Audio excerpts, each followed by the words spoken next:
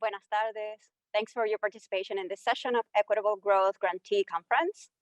We hope that during this time we engage in meaningful conversations among presenters, discussants, and audience. This session is 3A from 3 p.m. Eastern Time to 4:30. The title is Labor Market Regulations and the Outcomes of Vulnerable Workers. This session is on the record. That means that we encourage you to tweet, share, and discuss. On social media, join the conversation using hashtags EGGrantee and EG2021. We'll be sharing highlights from these and other on-the-record sessions throughout the conference from our handle at Equitable Growth, and we encourage you to follow along. If you have any questions about the research presented here or are interested in connecting with any of the participants to talk further, please contact email at info@equitablegrowth.org and our staff would be glad to help. My name is Aixa Aleman Diaz. I am an engagement project manager and a Mellon ACLS, American Council of Learned Societies, public fellow with a PhD in sociocultural anthropology. Few housekeeping items before we start the presentations. The program will have 2 rounds of 2 speakers followed by a discussant. All speakers will have 10 minutes. Then we will transition into a 20-minute question and answer section for participants to ask questions. For time, as the chair, I'm prepared to give a 2-minute warning and then a 10-minute at the end of the presentation. The goal is to be respectful of everyone's time. The lineup for today is as follows. We'll start with Kate Bronfenbrenner, Senior Lecturer at Cornell University, and her presentation is titled Unfinished Work, First Contract and Long-Term Organizing Gains for Low-Wage Women of Color. Followed by Robin Cox, Assistant Professor at the University of Southern California, and the presentation is titled Effect of Proposition 47 on Minority Labor Market Outcomes. The discussant for these presentations is Jasmine Hill, PhD candidate in sociology at Stanford University. The following presentation is by Jason Hicks, PhD candidate at University of Minnesota. The presentation is titled The Historical Origins and Evolution of Criminal Records Occupational Licensing Laws. Followed by Samuel Young, PhD candidate at Massachusetts Institute of Technology. The presentation is titled Non-Compete Clauses, Job Mobility and Job Quality, Evidence from a Low Earner Non-Compete Ban in Austria. The discussant for these 2 papers is Sidney Caldwell, Assistant Professor in Business and Economics at the University of California, Berkeley. For the audience, if you have questions, we ask you to submit them in the question and answer function that we plan to monitor during the session. If you can, add your name and affiliation or anonymous to whom the question is addressed, one panelist or the entire panel, and then ask your questions. Thank you. Thanks for being here, and we're ready for the first presentation. Kate. Hello, everyone. I'm going to talk today about a trend that has been going on for a long time, but I think only recently have people noticed what's happening. I've been studying organizing and first contracts for over 30 years. In my work, I have looked closely at the demographics of the workforce and strategies of employers and unions. As I have studied these areas, I have noticed that the majority of workers organizing today has increasingly been women workers, and particularly women workers of color, specifically Black women, Latina, and Indigenous women. We cannot measure organizing gains by just looking at whether unions win certification, elections, card checks, and voluntary recognitions, because the victory doesn't come until they have organizing gains in terms of ratified union contracts and membership signed up as actually paying dues and active members in their unions. But when we measure union gains as a society, we tend to measure them in terms of how many workers are union members in terms of union density. And society looks at how we're doing in terms of union density being in decline, and says that's the measure of our economy is in trouble because union density is in decline. I would argue that our country is in trouble because the quality of first contract gains for women and people of color have gone down, and that the majority of new workers, women of color, particularly those who are precarious workers, part-time workers, are enjoying fewer benefits under first agreements, and many of them are not even covered under the first agreements that they are in, that they supposedly are certified under. That is what my recent research reports. The study I have done is based on an large organizing study that I did starting in 2006 that was included workers under NLRB, NMB elections, public sector elections, and non-board campaigns. It included over 1,000 elections. And for the elections won, which were more than 500 elections, more than 500 NLRB elections, 200 board elections, and about 200 non-board elections, 200 public sector elections, and about 100 RLA elections.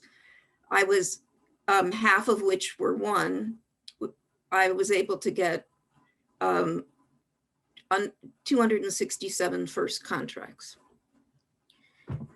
For those first contracts, I did in-depth content analysis, literally coding with a group of very dedicated undergraduates, coding every single bit of content in the contracts. And from that analysis, what I found, comparing it to my previous work on content analysis from contracts in the 80s and 90s, is that while there were major improvements in non-economic gains, such as discrimination language, respect and dignity clauses, and rights such as grievances and those things that matter a great deal to workers and actually are some of the most reasons that workers organize, that I found that for economic benefits, whether it's wages or health insurance or the access to overtime and things like that, that the workers who need those benefits the most, part-time and low-wage workers, had less coverage, and their actual access to these benefits was less than the regular workers. Part-time workers had less coverage under the contracts, fewer of them were covered. They were less likely to get prorated benefits. They were excluded from more of the contracts. And I was puzzled by this. And so I decided that I would go and start qualitative research, interviewing workers, and set up an ethnographic study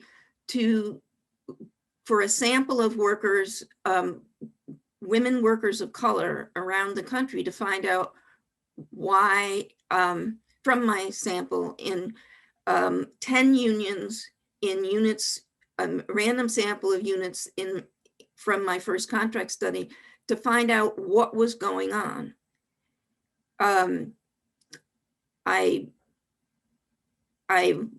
started this, unfortunately, in January of last year, not knowing that we were going to have a pandemic, but was able to interview women in 5 locals who had been active in organizing drives, to find out what went on between the points in the organizing drive where they were involved in these campaigns, had been fighting for issues like paid leave, overtime, improvements in wages and benefits and part-time coverage.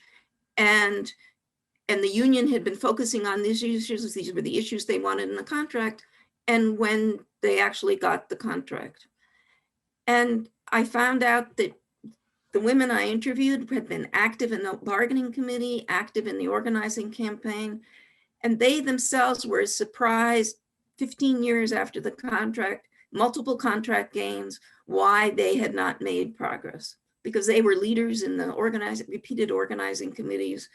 And they were surprised that these unions who had made significant gains for the full-time members, they could not understand why they had not made these gains. And the women were all active in the committees.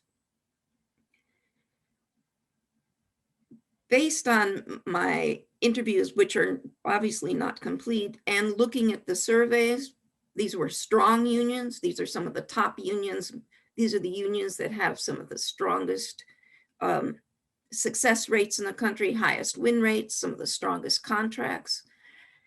My sense is that there are a number of issues relating to this problem.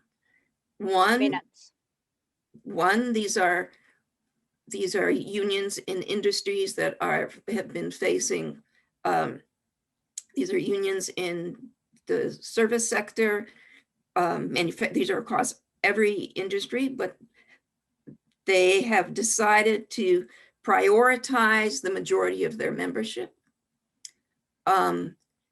They feel like the employer opposition is too great, and they focus on the organizing campaign and organizing more workers, and they don't focus their resources on the first contract campaign. They measure wins in terms of organizing victories, not in terms of bargaining victories. And that they spend more energy on involving their members in organizing other workers and not on the first contract campaign. All of these women were involved in organizing other women. All of these women still believed in their unions, but were bitter that their unions took them for granted. And that the labor movement depends on women of color for its success, depends on them for their voting success and their organizing success. And I do not believe that this can go on forever. I think that if we continue to measure union success in terms of organizing, and we do not keep looking at, if we do not look at contract gains more closely, we are going to miss a problem in measuring poverty and inequality, and for also maybe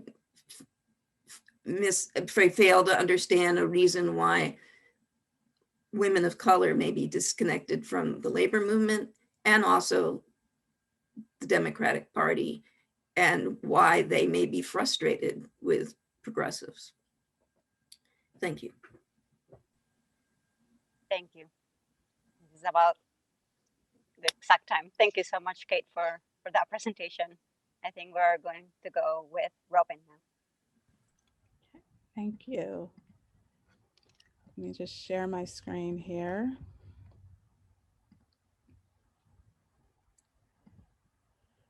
Okay, so I will be presenting on the effect of Proposition 47 on minority labor outcomes, and this is joint work with Jamie and Cunningham. So just a brief outline, I'll be going over background in some recent literature, our methodology, descriptive analysis, results, and conclusions. However, I may skip around some just to make sure I make it within the 10 minutes. So just a brief background and recent literature. Everyone probably knows over the last 40 years, US incarceration rates have grown extraordinarily. And this was a policy choice, not necessarily because of criminal behavior. And as a society, we made a choice to be more punitive and tough on crimes. But although incarceration has garnered most of the attention when it comes to criminal justice reform, at least before this year, there are many individuals who have been convicted of felonies that have been imprisoned. And by 2010, Shannon et al. Estimate that 7 million Americans had a prison record, and roughly 19 million had felony convictions. In contrast, in 1948, just over 1 million individuals had a prison record and just under 2 million had a felony conviction. So we've also seen exponential increase in felony convictions as well. And the rapid growth in felony records began at the same time as the expansion in the prison population around 1980.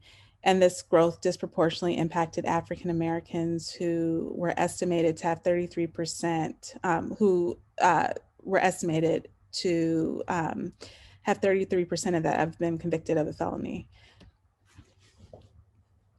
So as the country became more punitive, states also implemented distinct changes in criminal justice policy, creating wide variation in incarceration rates across states. And although California was not ranked in the top 10 for incarceration rates, it was ordered to realign by the US Supreme Court in 2011.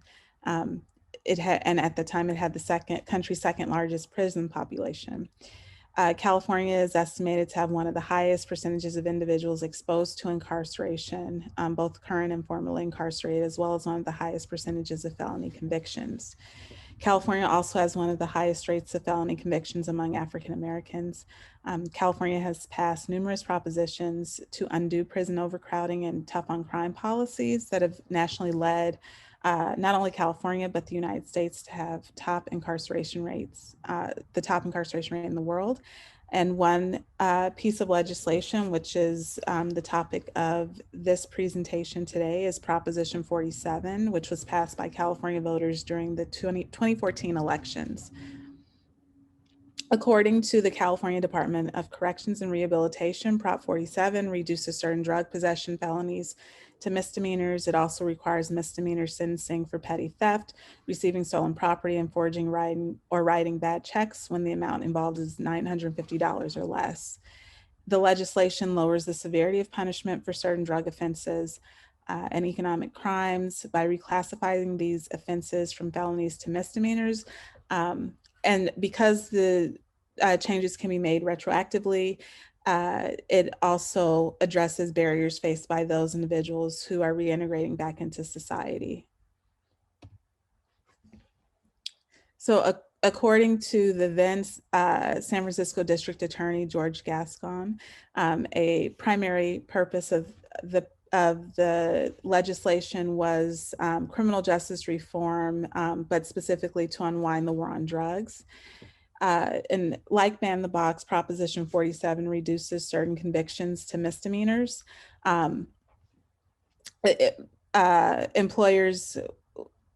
Because Proposition 47 reduces certain convictions to misdemeanors, like Ban the Box, employers may incompletely observe criminal behavior on job application, which may lead some employers to statistically discriminate against certain groups like African Americans. So this study investigates the impact of Proposition 47 on labor market outcomes of Black and Hispanic men, and actually women as well. And prior research has found that limited access to information on criminal convictions lowers the employment of low-skilled Black and Hispanic men. But however, this remains unclear whether this outcome will prevail in California, given that a majority of California voters approve this initiative. So we'll also be looking at sort of this voter approval effect with our analysis.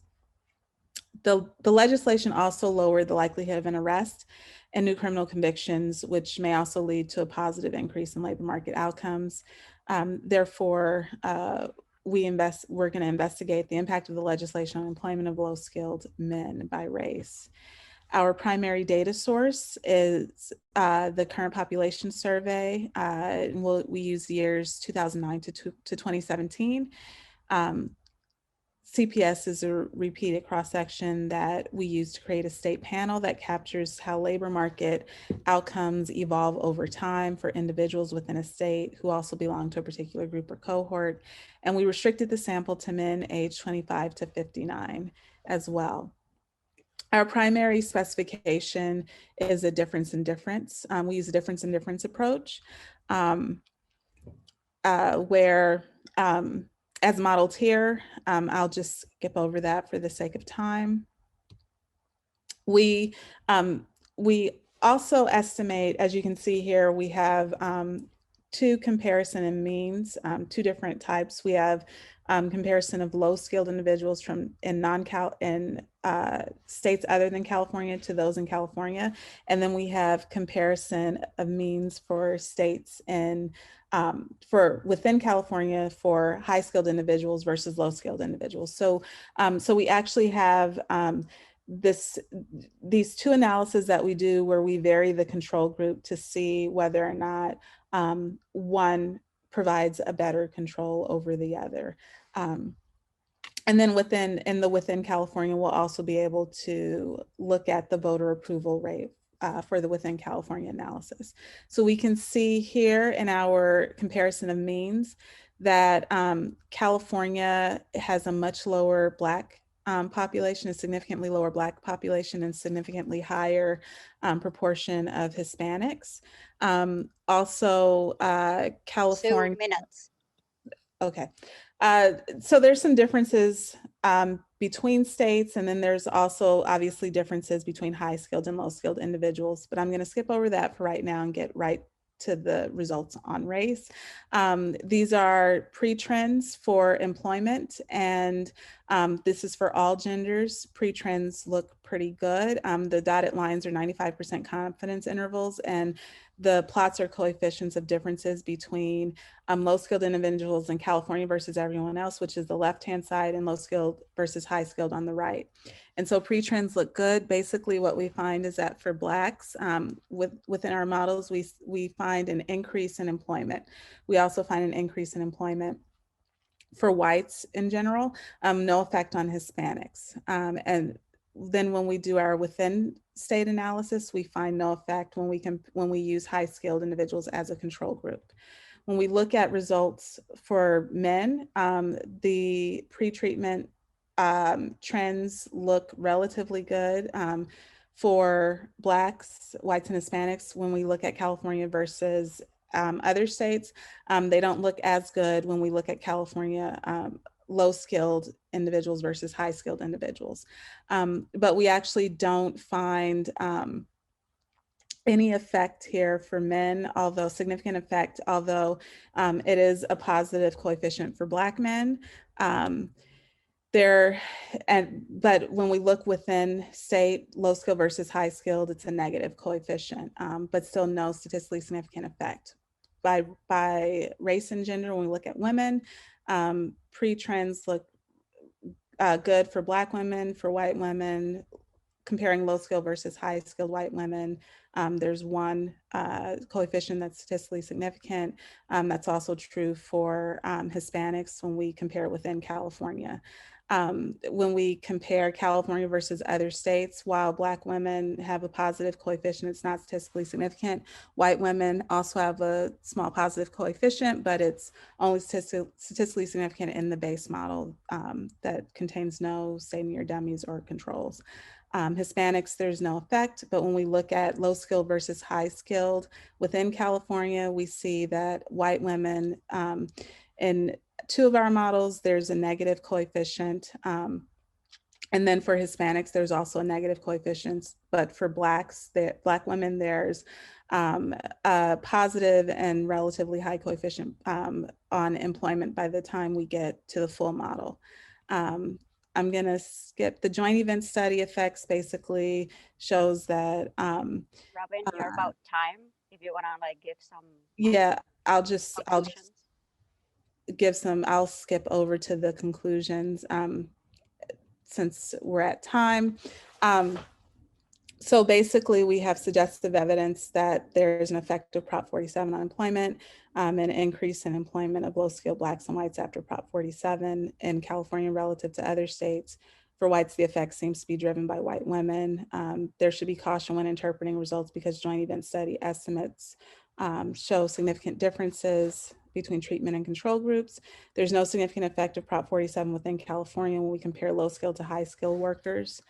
And there's violation of trends. There's in general a decline in employment of low skilled relative to high skilled for within California. And then for the voter approval, analysis suggests that results vary by the proportion of affirmative votes for Prop 47 for white men and women, and the effect is driven by white women. And so when the results are disaggregated, there's a large decrease in employment for white women in those states that had less than 50% of the vote for Prop 47. And so I will leave it there and look forward to Jasmine's comments. Thank you, Robin. We will be transitioning for the discussion of these two papers next. Great, thank you both so much. So here we had two papers about how racism and racial disadvantage can be either combated through policy or organizing intervention or retrenched, unfortunately, through these similar processes. In our paper, Unfinished Work, Kate Brenner talked about how the labor market and particularly unions were acting as sites of racial entrenchment in a few ways. And I think this topic is so important. It lends to my own work. I study the labor market and the constraints that low-income workers feel nationally, with also ethnographic field work in Inglewood, California.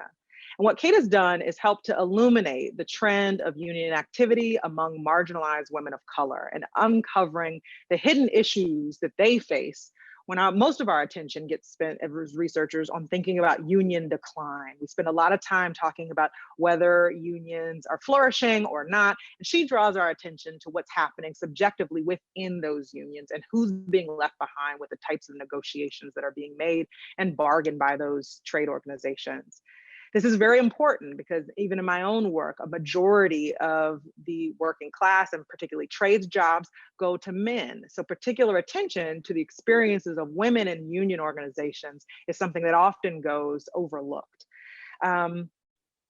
She points out a gender bias in the benefits available particularly to women of color as negotiated by their first contract. She finds gains in policies around inclusion, gains in wages, but real issues around the benefits that women of color specifically are receiving and how they've essentially, as she calls it, have been taken for granted by their union organizations, especially those who occupy the space of being part-time workers. Now, what I think Kate is doing here is she's adding to our methodological tools that are at our disposal to understand these economic disparities.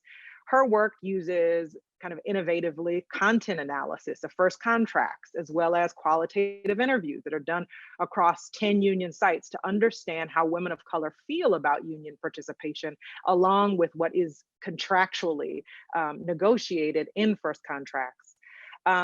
And I think what is interesting here is the paradox of particularly part-time workers who are covered by first contracts, how they seem, as she's showing, seem to be left behind.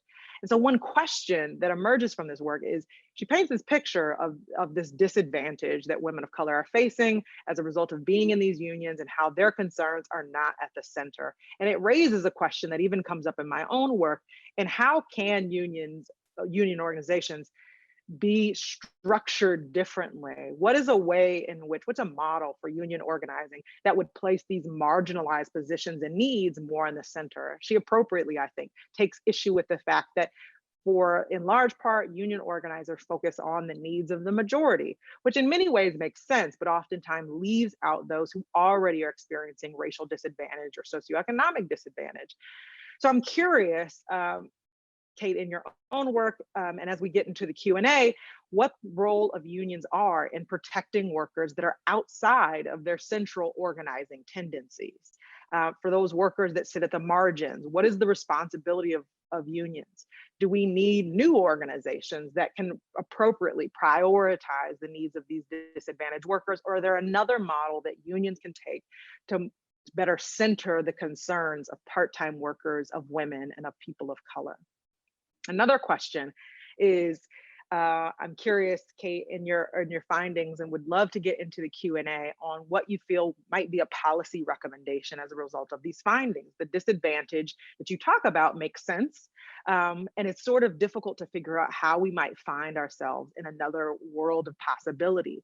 I really appreciated your connections back to our political situation of how women of color, in large part, have led the charge of supporting the Democratic Party, and these same dynamics of those that do the bulk of the political organizing being left kind of aside without their needs and concerns being addressed. I think your work has implications on what we do about that. So I'm curious what policy recommendations might be as a result of these inequalities. And then similarly, Robin and her co-authors are talking about the challenges that disadvantaged workers, and particularly Black workers, are facing in California. And then as a California voter, I remember being very excited to vote in favor of Proposition 47. I thought it was an important thing to pass, but I really appreciate that this paper is focusing on one problem that, as Robin talked about, we see in the Ban the Box, folks that study Ban the Box as a policy recommendation, that the labor market unfortunately finds new ways to perpetuate racism, even when policies that might officially allow workers with a criminal record to be disadvantaged, there come new strategies to discriminate against those workers. And so while Prop 47 to us as voters was very exciting in 2014, I think this paper is so important because it examines what are the outcomes of Prop 47. Was it able to, yield the types of returns that we hoped, or was the labor market able to find new ways to discriminate, unfortunately, against workers with felony convictions? So this important topic that the effect of Proposition 47 paper looks at is how our country continues to reckon with mass incarceration and how California leads the nation in imprisonment, in large part due to its size. But the impacts of the carceral state are felt beyond just getting locked up. And this paper helps us to think about how convictions follow formerly incarcerated people into the labor force.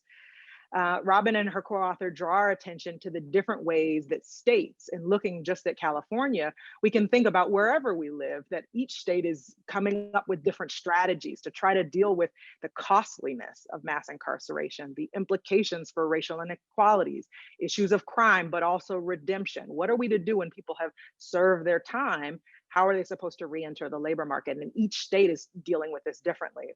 Prop 47 was a decision by workers in 2014, which sought to lessen the sentence of certain offenses down to misdemeanors, with the writers of the law hoping that we would help a large portion of the California workforce to find jobs that would have been previously inaccessible to them with felony convictions. But again, what's so important here is Robin and her co-author are thinking about, would California essentially find new ways to discriminate against these workers? Or do we find that the law in and of itself was effective in connecting low-skilled workers to opportunity? And what's promising is that they do find some evidence that Prop 47 does increase employment, at least in California, and particularly among Black workers. So this is really kind of promising and interesting, but the results in some ways remain mixed. And as Robin was sort of limited for time, I would love in the Q&A if you could talk a little bit more about, for example, I was struck by the lack of distinction in many of the models or differences for Hispanics, which we know make up a large portion of the population.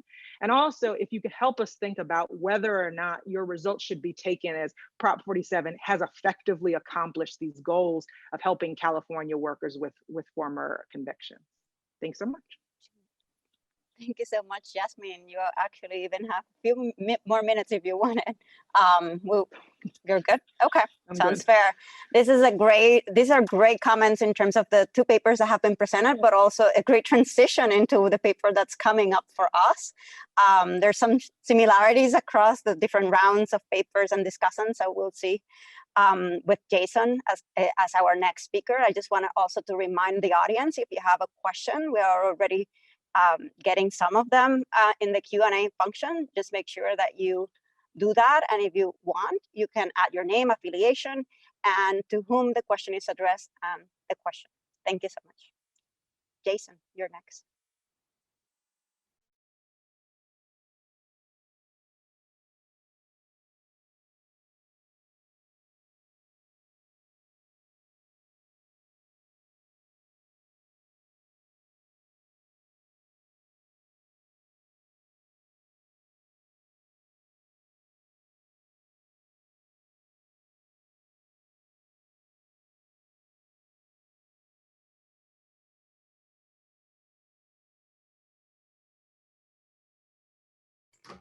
Was I muted? Okay. By the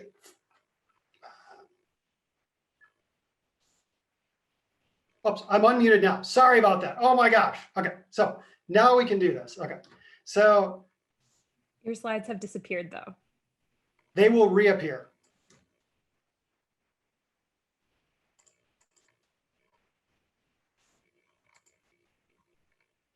Okay, so I think this is the right one. Okay, can you see it? Okay, okay. So the project I'm working on with oh my gosh.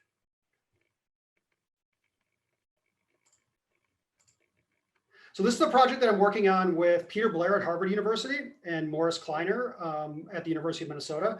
And what our project involves is collecting data on when different requirements were enacted that affect the ability of people with criminal records to be issued an occupational license, as well as thinking about changes in these requirements. So our research is motivated by this relationship that exists between occupational licensing and the ability of people with criminal records to be issued occupational licenses, and the effects of these requirements on labor market outcomes for vulnerable populations. So if we think about a framework for this, we have this rapid growth of occupational licensing over the past 60 or 70 years. So this figure has the percent of the workforce on the y-axis that's covered by occupational licensing in the US. And when we say covered, we mean that the occupation requires workers get an occupational license from the government, typically at the state level, to be able to legally perform work for pay as a practitioner in that occupation. And what we can see is that in the 1950s, there was only about 4% of the workforce was covered by occupational licensing. And this grew dramatically to estimates in 2016 that there are approximately 22% of workers are required to have a license to perform work for pay. And Robin already talked about this a little bit, so I'm not going to spend a bunch of time on it, but there's also been an increase in the percent of people with a felony record in the United States, particularly this increase in prevalence in the 1980s, and this prevalence differing dramatically for people of color and for whites. And we can see in this graph from Shannon et al. In 2017 from demography, with the percent of African Americans with a felony record on the left y-axis and the percent of non-African Americans with a felony record on the right y-axis, that we see nearly 25% of African Americans had a felony record in 2010, which is a huge jump from 7% in 1980. And currently, non-African Americans have about a 6%, which is essentially what the rate for African Americans was in 1980. So there's this really big discrepancy. People with criminal records also have significantly lower earnings and employment levels on average relative to the general population. So if we think about this, the potential of restricting their ability to receive occupational licenses potentially contributes to these disparities and potentially exacerbates these labor market inequalities. We collected data for 9 different really broad criminal records occupational licensing variables, and then within that, the specific requirements that are nested within those variables. This was an incredibly arduous data collection effort. And what we did is we had a team of 5 law students at the University of Minnesota use legal search engines to search historical session laws, statutory laws, and licensing authority regulations to identify these requirements that exist in each state for 30 different occupations. So we selected occupations that are currently licensed in all states, and that we could identify that occupation using census occupation codes, essentially from initial licensure to current in all states. We included occupations across a wide variety of industries, and these requirements typically serve to restrict the ability of people with criminal records to be issued an occupational license. And the enactment of these requirements occurred as early as the mid-19th century, early 19th century for some occupations, such as teachers. What I think is really fascinating, you can tell I'm excited about this, is that we also recorded these requirements called what I call universal criminal records requirements. And what these are is these requirements apply to all licensed occupations in a state that require license, okay? However, frequently certain occupations or certain licensing authorities that regulate these occupations are either exempt from these universal requirements, or the requirements only apply to specific occupations or licensing authorities. In contrast to the occupation level ones, universal requirements, although they do have some restrictions, they're largely focused on constraining the ability of occupational licensing authorities from considering certain criminal offenses.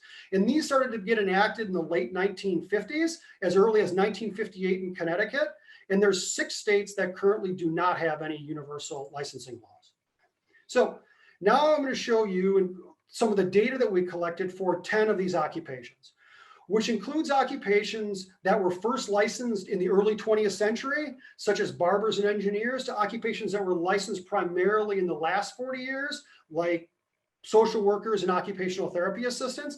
They also include occupations that differ across their level of professionalization and across industries. So if we look at this graph shows the prevalence of criminal record restrictions for these 10 occupations combined. So the y-axis is the percent of states in which licensure is in place for an occupation, and there is one of these criminal records restrictions or good moral character clauses in place. Observations weren't included in this graph until a state became licensed, so it's conditional on licensure being in place. So the red line is good moral character clauses. Now, good moral character clauses are literally what they say. They give licensing authorities broad ability to reject someone from having an occupational license, from getting an occupational license, if they deem them to not be of good moral character. So the dotted green line is that there was any criminal records restriction in place. That's comprised of different subcategories or more specific requirements. That could be any felony restriction. It could be specific felony restrictions. It could be misdemeanors, or it could be specific offenses that don't have a felony or misdemeanor classification. And I included that one as a separate line, or as a separate variable here, which is in blue, or excuse me, which is in black. I also included when they enacted a restriction that requires or allows licensing authorities to reject an applicant if the offense relates to the tasks and duties or functions of the occupation. It's pretty broad, but that's what they started to, that was something that was enacted. So if we think about this in the graph, what we see is that good moral character clauses were relatively common and grew in their frequency in the early 20th century and started to decrease in their frequency in the latter half of the 20th century. Right? Criminal records restrictions, specifically those that are geared towards specific offenses, started to grow sort of were uncommon in the early 20th century and then started to become more common later on. These criminal records restrictions related to the occupation, those didn't even exist until 1970, and then they started to become much more common. So if we think about this, these initially, these good moral character clauses seem to have potentially been a proxy for criminal records restrictions when in the early 20th century.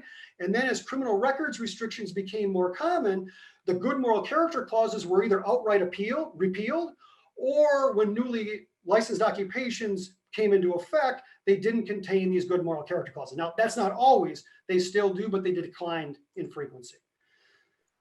So this figure shows the universal criminal records requirements that limit the ability of licensing authorities to consider criminal records. So what we have here is these 5 different ones that I included. Licensing authorities cannot consider good moral character clauses. They must consider rehabilitation. There's a time limitation that limits the ability of licensing authorities to consider a previous conviction if it occurred a certain amount of time before the individual applies for a license, whether they have the ability to appeal a license or rejection, and whether licensing authorities cannot solely consider convictions when deciding to issue a license.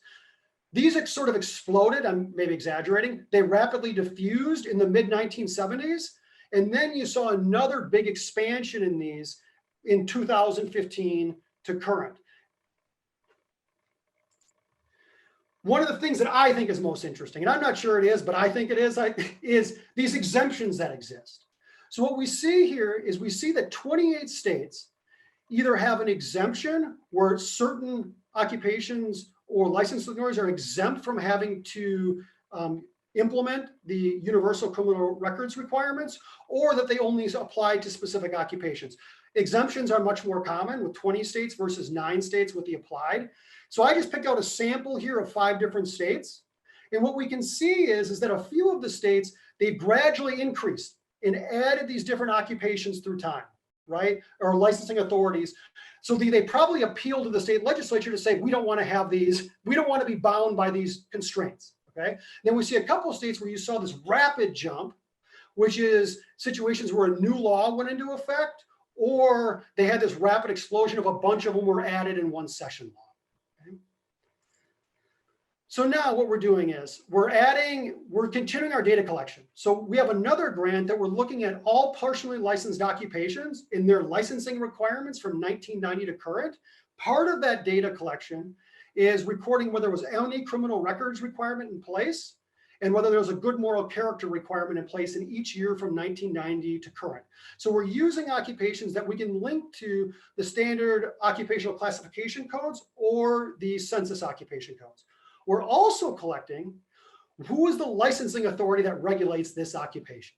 Okay, so what that'll allow us to do is link each occupation to a licensing board. So when the licensing board became exempt or the universal laws applied to it, we know that that occupation was impacted by that. So we can exploit that variation of change that occurs within a state. Our first pass is likely going to be some sort of a difference in difference estimator where we exploit these changes that exist in both the occupational level criminal records requirements across states and through time, and also thinking about these universal requirements, right? Like when they went into effect. And we have a couple dimensions we can look at that, right? We can both look across states for when some states enacted these requirements, and then also within that state for which occupations were impacted by those universal laws and which were not impacted by those universal laws, and which ones were impacted as it changed through time. And potentially think about this within thinking about how this affects labor market outcomes for vulnerable populations, thinking about African Americans, Hispanics, and potentially thinking about this in a statistical discrimination job market signaling framework, similar to what my co-author Peter Blair has done to look at sort of what the effect is on felony bans, what their effect is on labor market outcomes for African Americans. Okay. Thank you so much. And you're about time, so this is great. So we'll be transitioning to our next presenter, Samuel.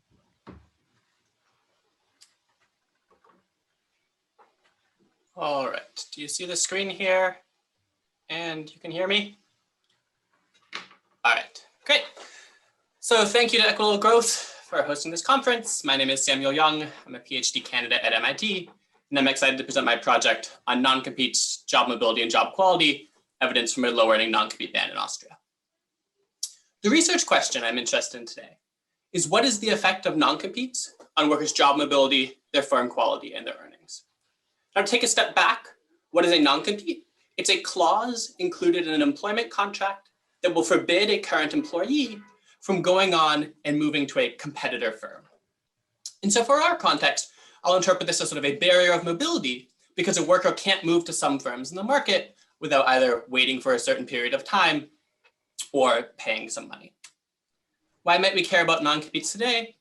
Recently, there's been a lot of discussion about the surprisingly high prevalence of non-competes for low-earning workers, which has then motivated bans on non-competes for low-earning workers in both the US and in Europe. Despite this, much of the academic literature has focused on high earners in the US, and so I think there's a lot that we can learn about the actual effects of non-competes on low-earning workers. In terms of understanding why we might expect non-competes to have effects on workers, the effects may actually differ depending on how competitive the labor markets are. Let's first imagine sort of a perfectly competitive benchmark. In this case, workers can costlessly move to lots of different jobs in the market. And so we might not actually expect that non-competes would have much of an effect on workers, because even if they can't move to a few firms in the market, they still have lots of other options they can go to that are equally good. Second, there's a number of stories where non-competes can actually increase wages by making workers more productive. For example, if non-competes induced firms to invest more in, say, physical or human capital, this may increase workers' wages if the workers then share in some of these productivity gains. Finally, though, and I think this is the more interesting case, when labor markets are imperfectly competitive, for example, imagine there's lots of different types of firms out there, but it takes me a little while to search and find the best firm for me. You could then imagine that non-competes both decrease workers' mobility because they can't move to these better firms, and may also decrease workers' wages because, again, for example, they couldn't move to a firm that will pay them a higher wage. One sort of big picture point here is that in addition to being able to study a non-compete ban to let us know about the policy impacts, it also then sort of helps us tease apart which of these theories may better describe the labor market. I'll be studying non-competes in Austria, where before the ban I study, non-competes could be enforced for all employees to prevent an employee from working in their same employer's field of business. But there was often much legal discussion about whether or not a potentially restricted transition was actually in the same field of business or not. Additionally, non-competes were prevalent even for low-earning workers. According to one survey in 2005, around 33% of low-earning workers in Austria had a non-compete in their employment contract before the ban. The actual policy that I'll be studying is that in 2006, the Austrian parliament changed the legislation surrounding non-competes such that non-competes were no longer enforceable for workers who both signed their contract after March 2006 and whose previously monthly earnings were less than an earnings threshold that was around the 52nd percentile of the earnings distribution. Right, so all contracts signed before 2006, non-competes were enforceable, but then if you signed it afterwards and your earnings were below the threshold, non-competes could no longer be enforced. I'll study this with the near universe of employer-employee social security records in Austria. These data will allow me to define a number of detailed individual level job mobility and earnings change measures. The initial focus, though, will actually be on these within industry job transitions. Why? Given that non-competes could only restrict transitions between competitors, we'd expect larger effects on these within industry job transitions than job transitions between firms across different industries. The empirical strategy I'll implement is sort of a standard difference and differences strategy, with the two differences are first, employment spells that started before and after 2006, and then second, employees with earnings above and below that threshold.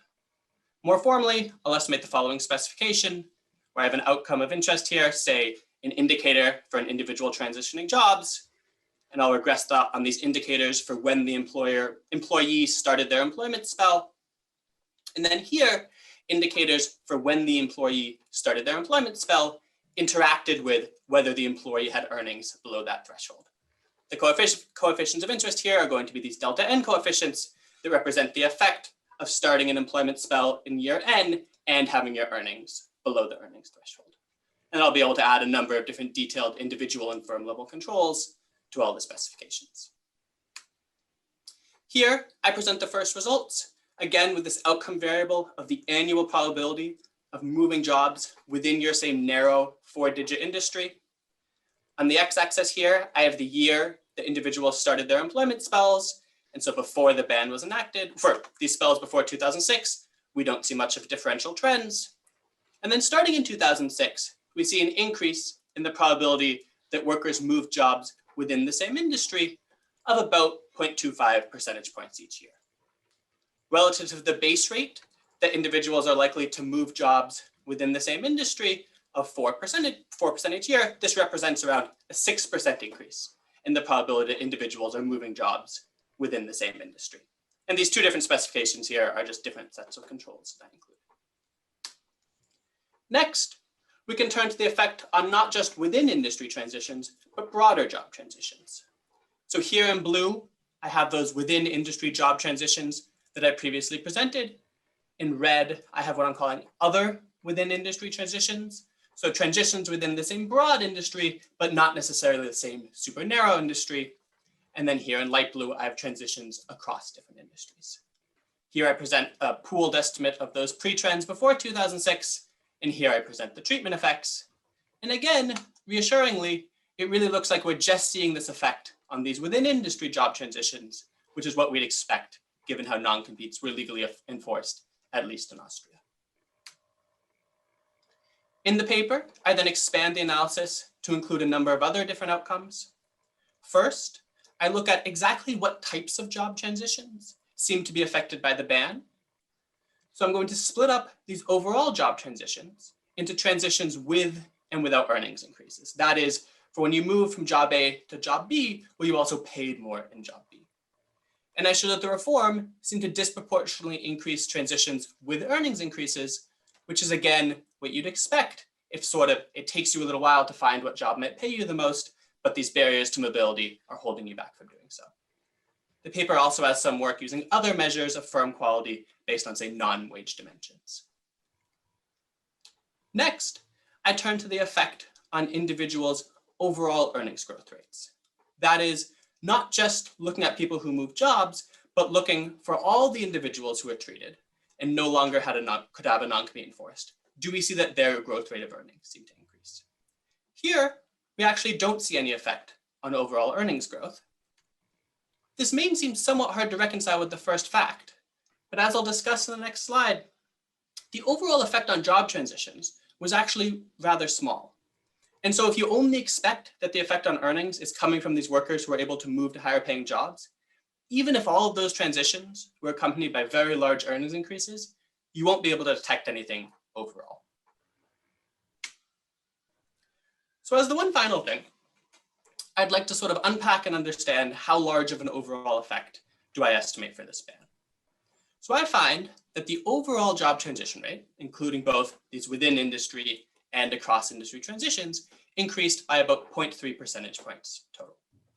This is relatively small compared to the base rate, that is sort of the overall annual probability that workers move jobs, of around 16%, right? It represents about a 2% increase. This might be a little bit surprising, given that it did seem that around 33% of low-earning workers had non-competes in their contract. Okay. This might be a little bit surprising, given that around 33% of workers seem to have a non-compete in their contract before the ban. I think, however, that it's possible to reconcile these with the following decomposition.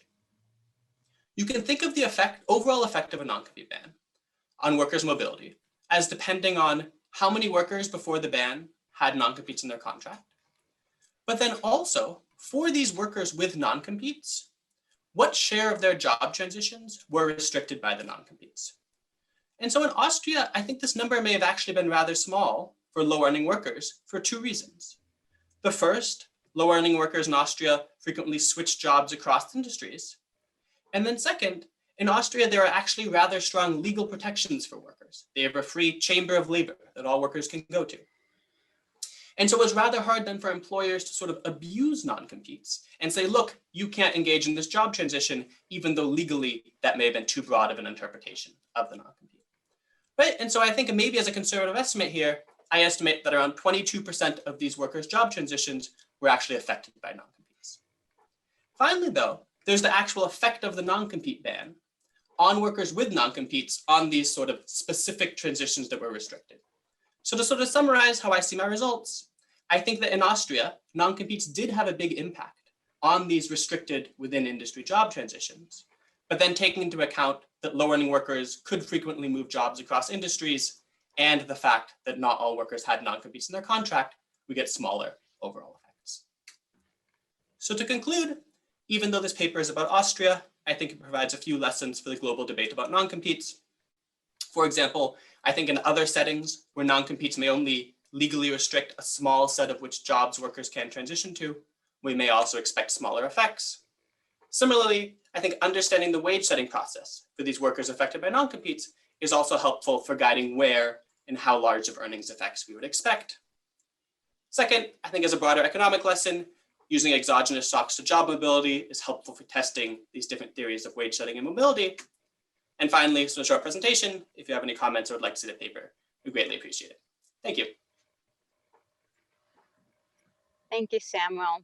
We appreciate your presentation, and we are going to continue with the discussion of these two papers. What Sydney got. Great, thanks. Getting the slides set up. Can you guys see this? Yes. Yes. Okay. Great, thanks. Thanks so much for having me. I'm really happy to be discussing these two papers. They are very similar in many ways. So both of these papers are essentially about policies that somehow are constraining, labor mobility or workers' ability to get certain types of jobs. So the first paper that Jason presented focused on occupational licensing, which obviously constrains people's ability to move into occupations. And in some cases, differences in occupational licensing across states can also prevent people, from even staying in the same occupation, but moving across states in the same job. And one nice thing, and I'll discuss both of these papers in detail, is they went through this really heroic data collection effort. I mean, it's reading the paper, it's a little exhausting, to document this new fact, at least to me, that there's been this, dramatic increase, I would say, in criminal records occupational licensing. And, he discusses, and he discussed today, how this is related to, trends in, the sort of amount of people being convicted of various crimes, and, the planned analysis looking at different labor market impacts. And the second paper, which Sammy presented, focused on non-compete clauses, which instead of focusing on people moving between occupations or into occupations, focused on mobility between firms, especially in a narrowly defined industry. Okay, and there he was using linked employer-employee data from Austria. So basically, you can think of these papers as why can't, what are policies that are constraining workers from moving to where they might want to be?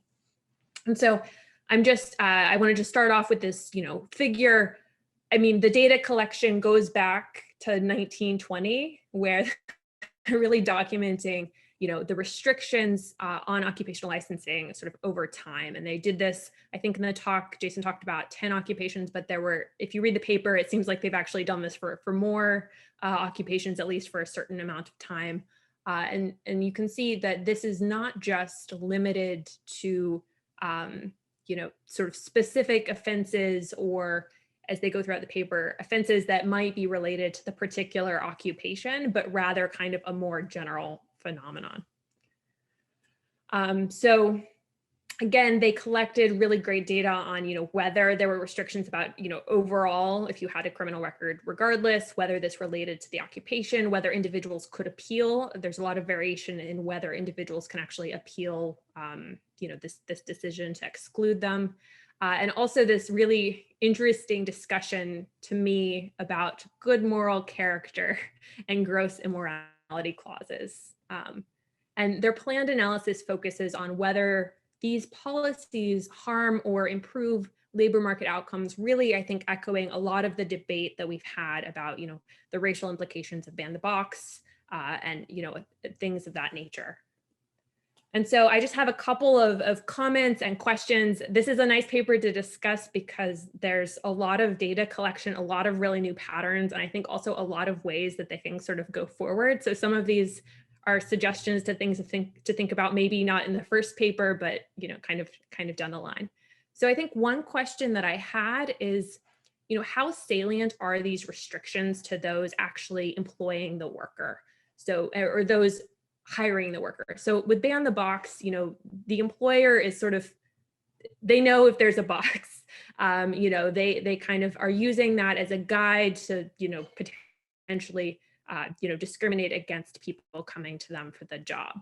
And I think understanding whether, some of these are occupations where you might actually have people who are like sole proprietors who are kind of just engaging with the public kind of on their own, like how salient are these? If I go to, you know, a dentist, do I know sort of that they've, you know, passed, that they don't have a criminal record, and how does this influence our thinking about whether like certain types of discrimination might be operating?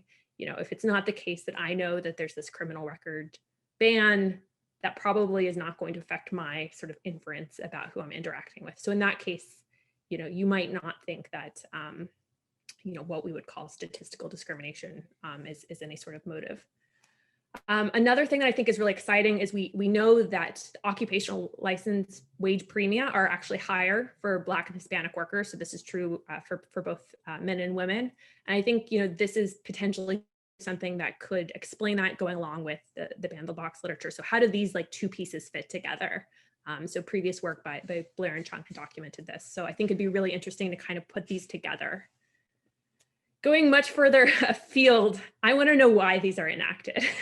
I think that was probably a question on a lot of our minds. So why are these laws and exemptions passed? So are they correlated with racial attitudes in an area? Are they, you know, driven by changes in economic fortunes? Kind of like what is going on when people are enacting these laws and when states are deciding to sort of, you know, enact these. For instance, I didn't know that, you know, that these restrictions were in effect for a lot of occupations. So I think just like thinking about the political economy of this would be really fascinating, and talking to people about what was going on at the time. And then the last comment here I have is just how are we actually going to think about these objective versus more subjective rules? So the fact that these, you know, these moral character clauses have become less prevalent over time, you know, potentially these are things that were maybe more subjective in nature, and including and excluding people, but are these objective measures really different in any sense? You know, are they having the same disparate impact on groups? Are they still acting to exclude groups of people? And I think, you know, just trying, again, the political economy of it all, like, are these just, you know, different framings of what we had before, and how does that actually influence wages and labor market outcomes? And this is, again, just showing the graph from your paper about this. I found the gross moral character clauses to be just fascinating. So I'd encourage you to sort of dig in more into like the substitution, I would say, between these types of restrictions. Okay. So my last few minutes, I'm going to turn to the other paper, which is really focused on mobility across firms. It's a nice paper exploiting really detailed administrative data. They find that job mobility increased after these were banned, and there was a small impact on wages driven by movers. And I think, you know, the two key advantages here are just that there's really detailed administrative data. And I would say one advantage that is like used not quite as much as it could be is that there's actually variation across workers in the same labor market or even the same firm. So I think there's a lot of potential to exploit that further. And so just for context, you know, in this context, about a third of workers had signed a non-compete ban. This is a little bit higher than we would see in the US. Evan Starr has written so many papers on this topic. I now have to add the months. So this is from a February 2019 paper. Again, you know, we would see sort of 20% of workers in the US would have signed a non-compete relative to around 30% in SAMI sample. Other big differences, of course, are the baseline job mobility rates and the scope of the non-competes, and of course, knowledge about enforceability. So let's just focus on sort of how to interpret some of these results. So, you know, one of the things that's mentioned a lot in the paper, I think a little bit less in the short discussion today, is that there's this sort of null result on people who stay in their job. So if you stay in your job, you don't actually benefit from this non-compete ban. Which is really consistent with a lot of growing evidence that individual workers, in particular low-wage workers, do not engage in bargaining with their firm on an individual level. And so one thing that I was thinking about was, you know, at some point, the bargaining doesn't have to be individual. So if you have a firm where a lot of workers could have been covered by a non-compete and they're now not because they were kind of, you know, now all treated, that doesn't actually have to be an individual level bargain. That actually could be a case where the firm is going to sort of bargain with workers together. About 2 minutes. Okay, great. Other questions that came to my mind were, you know, people often discuss, well, workers are just compensated for the non-competes, so there's no problem. So I think, you know, you could try to document this in the setting by just looking at whether the wages of new hires are actually different. So if you could do a simple exercise, just sort of predicting what their wages in these firms would be, compare that to what they actually were and see if there's any measurable difference. And of course, you should benchmark this to sort of what are, reasonable amount of compensation should be based on your benefits from the non-compete clause. So sort of the benefits that people are seeing post-treatment. I, of course, am really interested to see heterogeneity by gender, by immigrant status. I think there's a lot of stuff to look at there. And, I think another thing to think about is just, was there any justification for these non-competes? People discuss one justification is it encourages firms to invest in training. So is there any survey evidence you can bring to bear on that? Final two comments. So one is just SAMI documents in the paper that there isn't much bunching around this threshold. Is this just because it's not actually that beneficial for firms to have workers sign these non-competes? So this is the earnings cutoff, and you don't see a lot of workers kind of just slipping in under the wire even afterwards. This kind of suggests to me that the sort of benefits to firms were not potentially that large. And so I would encourage him to just kind of look at specific industries and occupations where I think you'd expect them to be more prevalent. Just in general, I think like the baseline specification should be the one including the individual fixed effects, just because that's the one sort of that doesn't include pre-trends. So overall, these were really great papers, really tied together very nicely. And I think also with the papers that Jasmine discussed, I think there are a lot of common themes today. So thanks so much for having me discuss these papers.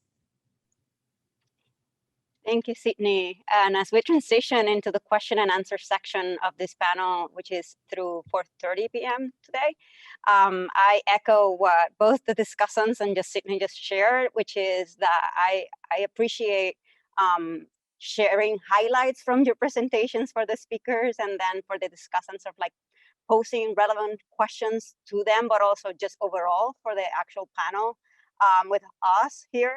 I want to highlight that, for example, for me as an anthropologist, someone from a different field, I found exciting to see the variety of ideas, the effects from existing policies on both negative and positive, depending on the paper, on low-wage workers and vulnerable workers, whether those be women, African Americans, and Latinx males. And from there, I think that we should transition first before taking questions from the audience, which I have a couple of them already. So hopefully we're gonna get through the most that we can in the next 15 to 18 minutes. I wanna give some opportunity for speakers to respond to the discussion if you want first, briefly.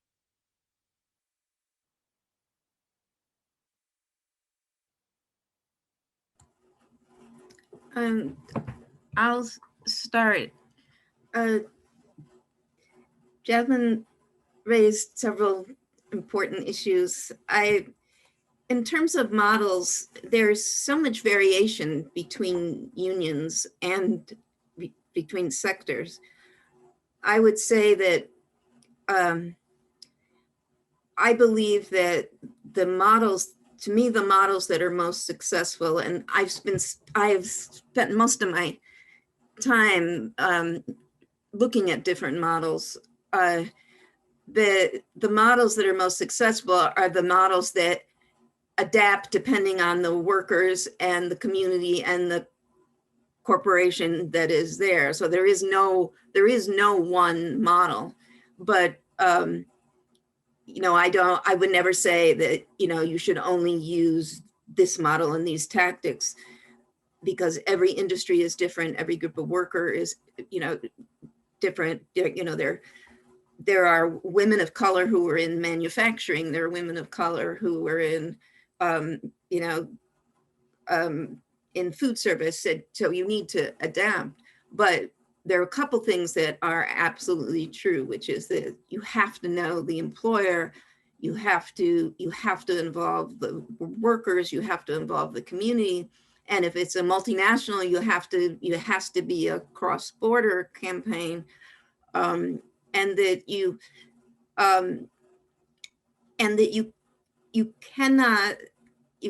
obviously cannot take the workers for granted, and that if you organize, if you do not look at the workers, the issues that the workers really care about, and you don't involve community allies, you're not going to build a union. And if you don't keep building the union and don't keep organizing, then the union is going to be very weak and the workers are not going to keep involved, and you don't have power. And power means not just organizing power and not just political power, but it is the intersection of organizing power, political power, and bargaining power. And that, I think, is something that it gets forgotten all the time. And so it's something that is a constant. It doesn't sit still, because employer opposition and political opposition is constant. And those forces never stop. As to your second question, policy recommendations, I can hear the voices of labor saying, but the big reason this is happening is because there's such intense opposition from employers. And of course, that, that's an assumed. The employer opposition is, and the opposition from capital and the opposition from the right is greater than it has ever been. But if we just, say that it's hopeless, then we aren't going to get anywhere. In terms of policy, one of the things that was evident in the research that, is that unions and other groups have given up on temporary workers. And part of the reason is that temporary workers, the labor law changed so that they are now, they're excluded. And I don't say all unions, but the majority of unions have. And you see that in the contracts. They were included in the bargaining units, and they're just not. They're just almost entire. It's gone down to 1% of the contracts. And so there are ways that, that can't happen. Unions have to find a way to use their power to include them. And whether that means organizing outside the board structure, but that's where policy comes in. That policy has to change, and that takes aggressive organizing in the community, organizing one-to-one, neighbor to neighbor. But temporary workers, as more and more workers are temporary workers, then leased employees, that policy has to change. There has to be paid leave. There have to be more labor rights for these workers, and the Family Medical Leave Act is virtually unenforced, and unions are not enforcing it. All of those things. Thank you, Kate. We may have time, like maybe one more speaker responding to discussion, and then there are a few questions on my end for Jason, Robin, and Sammy, for example. So maybe I can just add something quick. So Sydney, sorry for making it so exhausting. Like you can imagine that, like, if me supervising this sort of data collection, I have to be an exhausting person because it's so exhausting. I think your question about political economy, of course, like that's like one of the most interesting things I think related to this project. Now, I think just to shed a little bit of light on this, I think some of it relates to the complexity of laws becoming more complex through time, right? So in the early 20th century, when they first started licensing occupations, the initial licensing laws were 2 pages. So they often just threw stuff in like, you have to be of good moral character, or in some cases, they excluded any felony conviction. They were really broad. Then what you saw later is that when they initially licensed occupations, the laws were much more complex. So there was more specificity with everything, including related to criminal records, okay? Now, I agree with you. Now, the good moral character also probably may very well have the connection of thinking about discriminating against people of color in the progressive era, in the Jim Crow era. If you give licensing boards sort of carte blanche to say you have to be of good moral character, there's nothing to say that they can't just go, well, we're in this state and we don't want to issue to this person because of any sort of racial animus or any other animus that potentially exists. Okay, so that's potentially possible as well. The gross immorality, we weren't collecting that initially. We started to because we started to see it, and I started to look into case law, and it's fascinating. Gross immorality clauses, which I didn't talk about in my presentation, but I did put in the paper, there's situations different courts at different levels in different states have interpreted it differently. In some states, they've said, this is so broad, it has no actual legal meaning. You can't exclude someone. Other states say, this is a broadly recognized principle. You cannot issue an occupational license based on this criteria. So that's an interesting sort of variation that exists too. And it's really sort of fascinating how these things have sort of been applied through time. So I just want to add that. Thank you. I'll sort of like transition into the audience questions, and we'll do the best to get at the most of them. And if not, we can follow up with the speakers to get some answer to you, just as for your information at this point. So the first question, it's anonymous, and I think it is either for Jason or Robin. And the question reads, I am interested in the impact of having a criminal record on various outcomes, but it is extremely hard to find individual level data with criminal record information. Do you have any suggestions for where to look? I think it's just The National Longitudinal Survey of Youth is a good survey to, like, if you're not going to go the route of collecting administrative data, because you can also try and link together administrative data records. But if you don't do that, I would recommend the NLSY. And I'm assuming they did say labor market outcomes, right? Or they just said various outcomes? individual level data with criminal record. Mm-hmm. Yeah, so that's a good place to start. Jason, do you want to add anything, or should I? I think not really, because the data just is very rare. So like Robin said, she's providing you, that's essentially the information like this. That's one of the things that makes this so challenging. In that context is like, unless you go to administrative data, the survey data is just, and the sample size is just really small with the National Longitudinal Survey. Like, it's just challenging, at least with the stuff that I do for criminal occupational licensing, it makes it particularly challenging. So. Thank you. So another question, this is for Samuel Young. To what extent does wage growth in Austria depend on job-to-job moves as compared, for example, to the United States? How do you think about the role of non-competes in settings where wage growth relies on job moves versus institutions like bargaining? So I think that's a fantastic question. And I think it sort of gets at one thing I tried to discuss, which is sort of understanding these questions about wage setting is really helpful for sort of understanding the effects. I actually don't know the answer to that decomposition of sort of in Austria compared to other countries. How much does your earnings growth depend on moving versus not? I think that is interesting. I do think that sort of one way that if a lot of your wage growth comes from moving to other jobs, then I would say it sort of suggests a natural way that non-competes could impede wage growth. And I think it also suggests for where you should look in the data for the effects of non-competes, right? So in that case, I think you would just sort of look, do people move more often to higher paying jobs? I think if it were the case that wages were, as Sydney suggested, set at the firm level, then it would suggest maybe you should sort of be looking at, do firm level wages change? Or possibly even higher levels, you then sort of look at, do sectoral level wages change? So I don't know the answer to the first one. And I guess very quickly, Sydney, thank you so much for the comments. They were fantastic.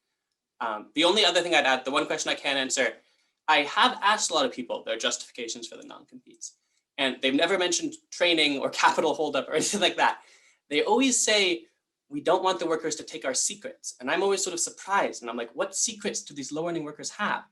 And they actually do always bring up client lists, has sort of been very common. So hairdressers, taxi drivers, salespeople. And so that's sort of the justification. And I've never actually been completely sure if that's if it's an efficiency enhancing justification or not. It's a little bit less clear than training, but I've sort of found that's interesting that that is their justification. And one reason might be there's lots of other provisions in Austria for job training. But that's sort of what I've heard from a lot of people, and I find that interesting. The next question, this one I'm going to give some preview before asking the question. I see from the questions that have been submitting an interest in structural racism, for example, And all of the presenters here have been funded by Washington Center for Equitable Growth.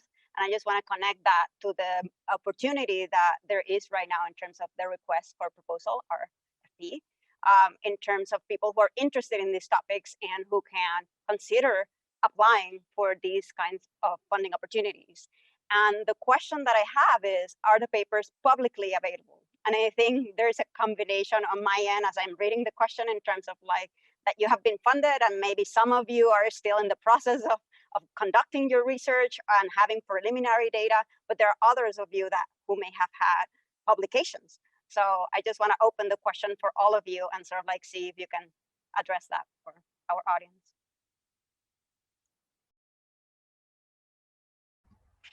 Our paper is not publicly available yet. We are working on getting that draft together and shoring up. It's sort of a work in progress and doing more analyses that that we need to do for the paper. So it's not publicly available yet. This question came from June Carbon, University of Minnesota. I think if you email Samuel Young, MIT, you can find my paper on my website. My paper will be publicly available, but also my data will be publicly available once I'm done with it. Yeah, we're still in the process, as you could tell from doing our analysis. That being said, our data will be publicly available. That's one of the big impetus behind us, was sort of reducing those barriers to entry for people to do research on licensing stuff. So next year, at some point in time, our data will be publicly available as well. And we'll have a paper. Thank you. The next question, this question is for Jason. How does the increase in occupational licensing requirements related to criminal records and decrease in good character requirements relate to the rise in rates of incarceration? Do you see this as a form of structural racism? So there are two questions. Wow, that's a great question with the good moral character. That's some of the stuff I'm trying to look at historically, particularly, and I think through time as well, is to think about, in like Sydney said, talk to some people why they enacted. Like, it's really an unknown topic. People have done research thinking about what good moral character requirements are in place, but it's hard to exactly say. I would imagine that in some cases that very well might be the case, and there might be differences in why good moral character clauses were enacted in different states at different time periods, right? Like, there could be heterogeneous reasons why they were enacted. I do think that is probably the case potentially in like in the 1980s and 90s. I will say one of the things that we didn't see, we tried to look for increases in like drug crimes, like restricting drug offenses. We really didn't see that much. There didn't tend to be these specific things that explicitly restricted people who were convicted of drug crimes, with the exception of occupations like pharmacy or physicians, where you're actually dealing with drugs, which I think that's sort of related to the occupation as well. So I think that my long story was that. My short story is we just don't know. And that's one of the interesting things, like Sydney said, like that's one of the huge things. I think there's really room for some really interesting research. Sorry for the bad answer, but. Thank you. We are about 2 minutes away for this session to end. I'm just wondering if anyone has like a very top level highlight to end the panel. And from my end, thank you for everyone who has attended as audience. Thank you for the presenters and the discussants. It has certainly been a pleasure to be part of this session. And if you have any questions, again, you can email at info@equitablegrowth.org in terms of asking about the presentations or anything connected to this session that is on the record. Anyone else have anything just for the last minute or two to share with the audience?